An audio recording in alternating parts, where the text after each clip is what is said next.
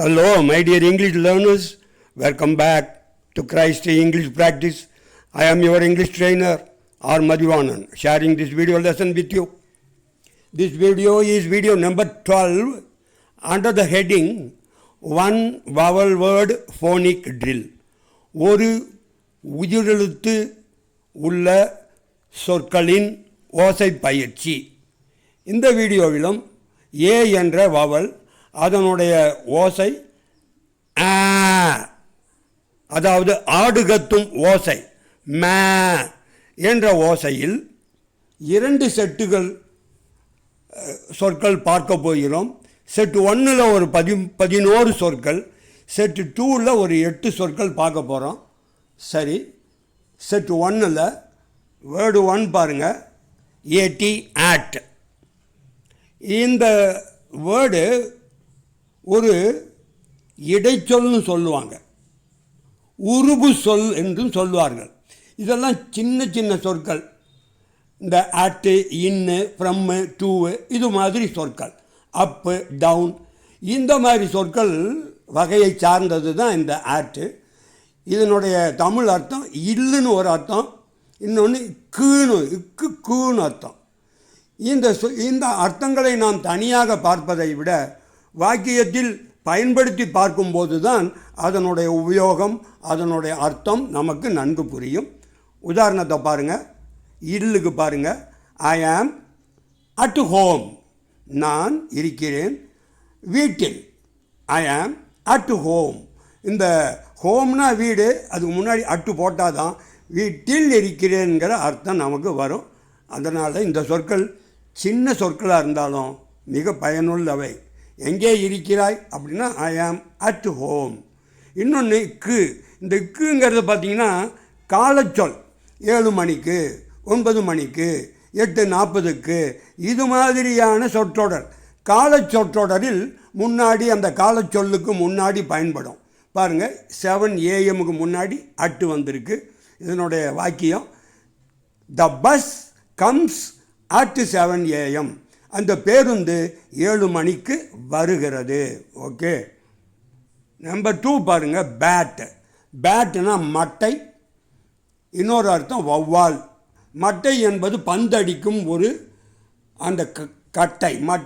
மட்டை என்பது பந்தை அடிப்பதற்கு கட்டையால் செய்யப்பட்ட ஒரு கருவி.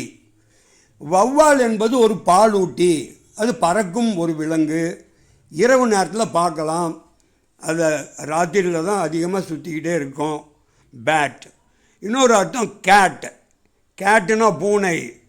நம்பர் 3 பாருங்கள், கேட் பூனை. நம்பர் 4 சேட் சிறு பேச்சு. சிஹெச் 2 மெய்யெழுத்து, இச்சு சவுண்டில் சொல்லணும். சேட் சிறு பேச்சு. நம்பர் 5 பாருங்கள், ஹேட் ஹெச்ஏடி ஹேட்டு, அது தொப்பி. நாம் கேப் சிஏபி கேப்புன்னு சொல்கிறோம்ல, அதே தான். நம்பர் 6 பாருங்கள், மேட்டு. மேட்டுனா படுக்கும் ஒரு பாய், தட்டையாக தரையில் விரிக்கப்படும் மேட்டு தான் பாய். நம்பர் 7 பாருங்கள், பேட். பேட்டுனா செல்லமாக தட்டி கொடுத்தல், முதுகில் செல்லமாக ஒருத்தருக்கு பாராட்டுவதற்காக தட்டி கொடுத்தல், பேட். நம்பர் 8 ரேட், எலி. சாதாரணமாக எல்லாருக்கும் இது தெரியும், RAT ரேட்.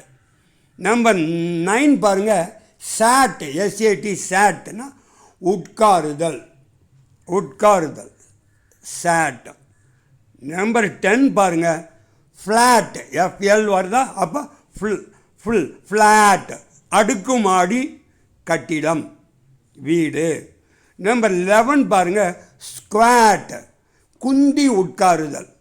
காலை சமணம் போட்டு உட்கார்றதில்லை, அப்படியே காலை பாதம் மட்டும் தரையில் இருக்கும், அப்படியே மடக்கி உட்கார்றது. இது குறிப்பாக எப்போ ஸ்குவாட் பண்ணுவோன்னா, உடற்பயிற்சி செய்யும்போது உட்கார்ந்து வேகமாக நாம் எந்திரிப்போம், அதுதான் ஸ்குவாட், குந்தி உட்காருதல். ஓகே. செட்டு நம்பர் 2 பாருங்கள். இந்த செட்டில் அந்த புள்ளி வச்சுருப்பேன். ஏன்னா அந்த டிசிஹெச் என்ற 3 மெய்யெழுத்துக்கள் அது இச்சு சவுண்டில் வரும். முன்னாடி பே கே ஹ அப்படி வரும். இப்போ பாருங்கள், BATCH பேட்ச், குழு, தொகுதி. இது நான் இங்கே புள்ளி வச்சு கொடுத்துருக்க காரணம் அந்த உச்சரிப்பு சரியாக உங்களுக்கு வரணும், அந்த ஸ்பெல்லிங்கு மனசில் பதியணுங்கிறதுக்காக. ஆனால் நீங்கள் இதை எழுதும் போதெல்லாம் புள்ளி எடுத்துகிட்டு எழுதணும், பேசும்போது சேர்த்து சொல்லணும். எப்படி? பேட்ச், குழு, தொகுதி. அதாவது ஒரு வகுப்பறையில் 40 மாணவர்கள் இருந்தால் 10 மாணவர்களாக ஒரு பேட்ச், பேட்ச்னா குரூப்பு, அப்படி பிரித்து அவர்களுக்கு வேலை கொடுத்தல் பேட்ச். நம்பர் 2 பாருங்கள், கேட்ச். கேட்ச்னா பிடித்தல், CATCH. நம்பர் 3 ஹேட்ச், குஞ்சு பொரித்தல். அதாவது கோழி முட்டை இடுகிறது, அந்த முட்டையை அடைகாக்கும் ஒரு 2 நாள் 3 நாள் 4 நாள். அப்புறம் அந்த வெப்பத்தினாலேயே அந்த முட்டை என்ன ஆகும்? உடைந்து அதுக்கு உள்ளே இருக்கிற அந்த குஞ்சு வெளியே வரும். ஹேட்ச், குஞ்சு பொரித்தல். ஓகே. Latch, LATCH. லேட்ச்னா தாழ்பால். நம் வீடுகளில் கதவுகளில் இருக்கும், மேலே ஒரு லேட்ச் இருக்கும், நடுவில் ஒரு லேட்ச் இருக்கும். இதுதான் தாழ்பால். அந்த இரும்பு தண்டு, அதை நாம் இறுக்கமாக மூடுவதற்கு அதில் அமைப்பு இருக்கும், அதுதான் லேட்ச். Number 5 match, MATCH. 2 அர்த்தங்கள், ஒன்று தீக்குச்சி, இன்னொன்று விளையாட்டு போட்டி. ஓகே. நம்பர் 6 பாருங்கள், பேட்ச், PATCH. நல்லா உச்சரிக்கணும். பேட்ச், ஒட்டு போடுதல். உதாரணமாக, நம் சட்டை கிழிந்து விட்டால் அந்த கிழிந்த இடத்தில் மேலே அதற்கென்று அதே கலரில் ஒரு துணியை வச்சு அப்படியே தைத்தல். அதே மாதிரி ரோடு, சாலையில் சில இடங்களில் மழை நீரால் அந்த தார் ஜல்லி பேர்ந்து விட்டால் அதற்கு மட்டும் என்ன செய்வார்கள்? பேட்ச் போடுவாங்க.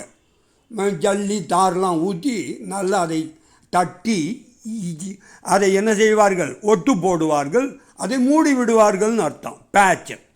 நம்பர் 7 பாருங்கள், தேட்ச். TH எப்படி உச்சரிக்கணும்னா இத்து தா புட்டு புள்ளி வைக்கிறோம்ல, அதுதான் இத்து. அப்புறம் ஆட்ச். தேட்ச்னா ஓலை கூரை, அதாவது பனை ஓலை, தென்னை மரத்து ஓலை. இதை கொண்டு கூரை, கூரைக்கு அந்த வீட்டு கூரைக்கு அப்படி மூடாக்கு போடுறோம் இல்லையா, அதுதான் என்ன சொல்கிறது? தேட்ச். அடுத்த வார்த்தை, லாஸ்ட் ஒன், ஸ்க்ராட்ச். முன்னாடி பாருங்கள் 3 எழுத்து இருக்குது, 3 மெய்யெழுத்து, SCR. அப்போ எப்படி அதை மட்டும் சொல்லணுன்னா ஸ்க்ரு. அப்போ ATCH சேர்த்து ஸ்க்ராட்ச் சொல்லி பழகினா தான் வரும், இல்லைன்னா அது கிராட்ச்னு வந்துடும். அப்படி இல்லை, ஸ்ன்னு முதல்ல பாம்பு மாதிரி சீருங்க, ஸ்க்ராட்ச். கீறுதல், நகத்தில் கீறலாம், கத்தியில் கீறலாம், அல்லது கீறுறதுக்குன்னே தகடு இருக்கும், அதுதான் கீறுதல். இன்னொன்று சுரண்டுதல், ஸ்க்ராட்ச் பண்ணுறது. உதாரணமாக, கதவுக்கு பெயிண்ட் அடிக்கிறவங்க, வீட்டு சுவருக்கு பெயிண்ட் அடிக்கிறவங்க அந்த பழைய பெயிண்ட்டை ஸ்க்ராட்ச் பண்ணி அதை நீக்கிட்டு தான் என்ன செய்வாங்க. மற்றும் காருக்கு கூட பார்த்திங்கன்னா பழைய பெயிண்ட்டை ஸ்க்ராட்ச் பண்ணி அதை எடுத்துருவாங்க, அப்புறம் தான் புது பெயிண்ட் அடிப்பாங்க. Scratch, கீறுதல், சுரண்டுதல். Okay, my dear English learners, that ends this video. Thanks for watching the video. Wish you good luck with your English practice. Goodbye and take care.